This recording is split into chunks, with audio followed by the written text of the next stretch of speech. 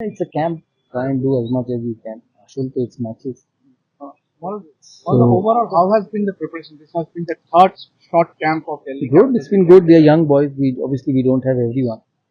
The international players will come 25th, 26th of this month, as it happens in IPL. So we'll take it from there. Decided on who the replacement will be for Rishabh Pant. No, we have When is it going to be decided? end of the camp. What on Aman Khan? He looked really, really good. He seems to be making clean hits, and he have been spending a lot of time for last 2 days. So what on Aman Khan? We'll see. We'll find. He'll be training with us.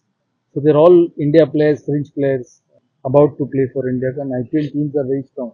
Also with you at the helm of Delhi Capitals, obviously Delhi Capitals haven't won a IPL. Yes, So do you reckon that this is the best chance? And what I will don't make know. out of the team?